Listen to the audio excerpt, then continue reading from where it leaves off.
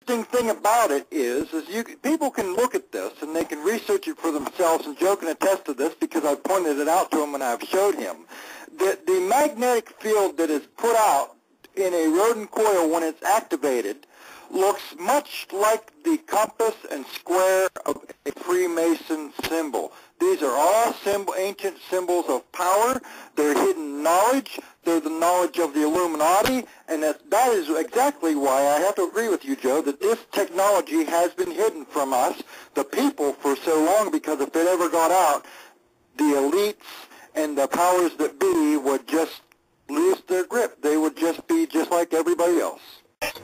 Well, hey, John, to even back that off and look at that from a macro perspective, have you ever considered that we know that the galaxies revolve, we know our own solar system revolves, and you mentioned vortex energy. This is vortex energy. We know that the planets revolve around the sun. We know that galaxies spin, but why?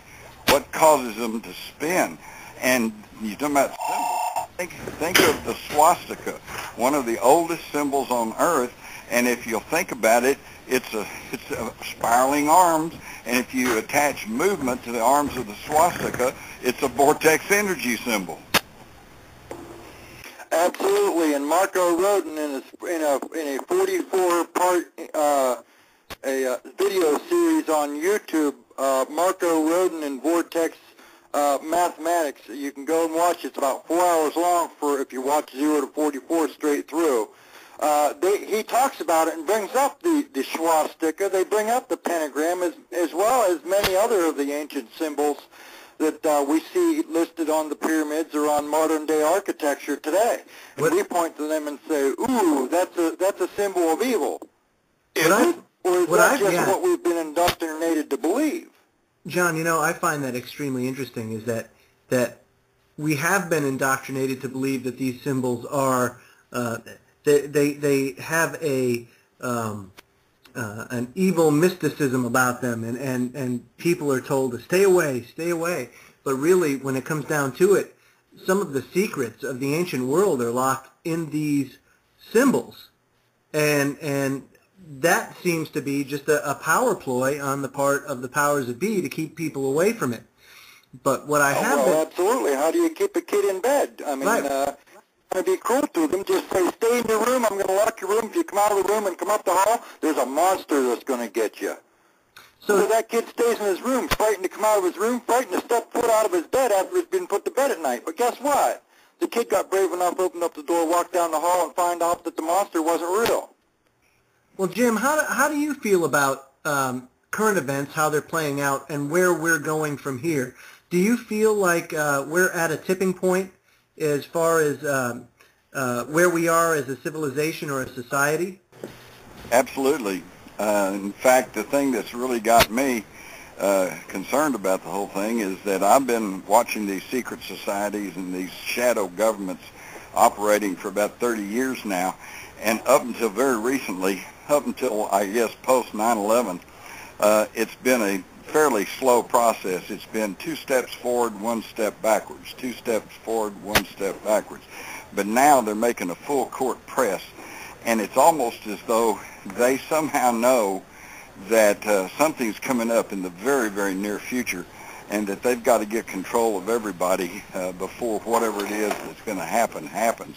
So I think we're in a foot race to see whether we all just through fear and misunderstanding and just ignorance allow ourselves to be dragged into their totalitarian 1984 Orwellian New World Order, or whether we wake up as a people and start exerting our individual freedom and liberty. I got a question from the chat room, Jim. I want to share with you. What is your opinion of the Rosicrucian order? Rosicrucian order, I think that is. The Rosicrucians? Yes. What's your opinion on that? Well, the Rosicrucians were formed way back there several centuries ago, and they were even an inner core of Freemasonry, and they were coming at it, I guess, from the occult standpoint more than the scientific standpoint, but it all merges. And so I think that was an effort way back there a few centuries back to try to understand what we are now learning scientifically through quantum mechanics and quantum physics. Very good. Hey, now, Jim, I'm glad you're here, and you're gonna help me solve something tonight. Now, Griff, you are under the impression that the Freemasons are just a club for guys to get around and to have a drink and to brouhaha and all that, correct? I wouldn't quite express it quite like that, but yes, generally. Generally. And it's dying off because new people are not going into that lodge. The young people are not interested in it. So they're consolidating lodges all over the country and trying to pay their expenses as they slowly deteriorate. Well, Jim. Nobody wants to go into a lodge and wear a sheep's head and sheepskin and run around with a dagger in his hand. Well, you should see what the moose do. No, these are the mental images that were portrayed upon us all these years by one side or the other. So it's almost like damning prophecy. Yeah, let me see if I can explain the whole thing to you, okay? It's really kind of simple. Here is the great secret of the Freemasons, okay? Yes. Go. They have no secrets. That's their biggest secret. And I'll tell you, and let me explain how that works. Early on, there was ancient knowledge, including technology, that was passed along. It's been passed along through the Talmud and through the and it was picked up by the famous Knights Templars. The Knights Templars then are the forerunners of the Freemasons, and at one point, particularly when Robert Flood and Sir Francis Bacon and these guys had their invisible college, they had bits and pieces of this ancient knowledge, and that's why they were that gave rise to the alchemists that were trying to transmute metals, base metals, and change it into gold.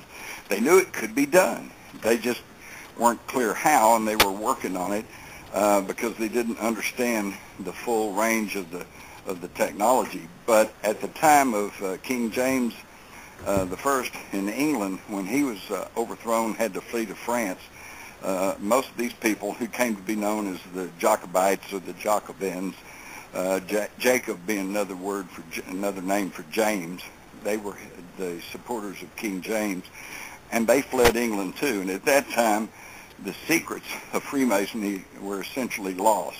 And through the Oliver Cromwell revolution and the anarchy that took place there and the rise of the Puritans, all of this kind of got scrubbed.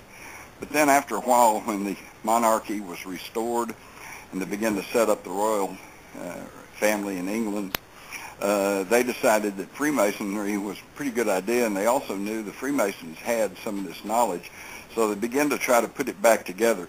This led to the formation of the Grand Lodge in London, and at that point they had bits and pieces of the old Masonic knowledge, and then they added on some of their own legends and mythology, such as the twin pillars and the master builders of Solomon's temple, on like that. And that they were just kind of pastiching the what little bit they knew, and as a result, it came down till today to where they have these ceremonies and these symbols, but even most of the members of Freemasonry themselves don't truly understand the meaning of it all. And then when Freemasonry took hold in the United States, the very first third political party in the United States back about 1830 or so was the anti-Masonic Party. And that they took a big hit there too, and as a result, Freemasonry in modern America today is largely a social organization. You get in it for the camaraderie, you get in it for the business contacts and the social events, and it's distinctly different from European Masonry, Freemasonry, which today is a much darker version, and they indeed are working with some of these ancient secrets, but then I don't think any of them have a true understanding of what all that means. Well, what do you think, Griff? I mean, what is your take on Masonry from your perspective? Well, I think it's a men's organization. It's a social organization, and it's there for the coming together of men in a social environment, and it's good for business contacts and personal contacts. You will not find anybody today in America that has any thought of the Masonic Air Force spraying people with chemtrails or any of that stuff. It is essentially no different than the Lions Club or the Satoma Club. The Eastern Star is the women's division. Can't you see the women of the Eastern Star taking off in the airplanes to spray people with chemtrails? Can you imagine that? And the Black Lodge is called the Prince Hall. It was kind of interesting. The bottom line was they stole the works or stole the words from the Masonic lodges and turned it into their Prince Hall, and it's very comical to see the errors that they put in. That's another story. You would have to be in it to see it. You Right. never understand the comedy of it. You have the Knights of Columbus, which is the equivalent organization in the Catholic Church or the Catholic segment of the society. So, it's the secret is in the Masonic Lodge that there is no secret. The only secret I know after 46 years of being in the Masons is the handshake, and I'm not going to tell you, Joe. You can't get it out of me. I'm not going to. Son of a gun, I thought for sure you'd have spilled the beans tonight, but I will get you, Griff, I promise you. I hear you. That's the only secret I know in 46 years of associating with these people. Now, in the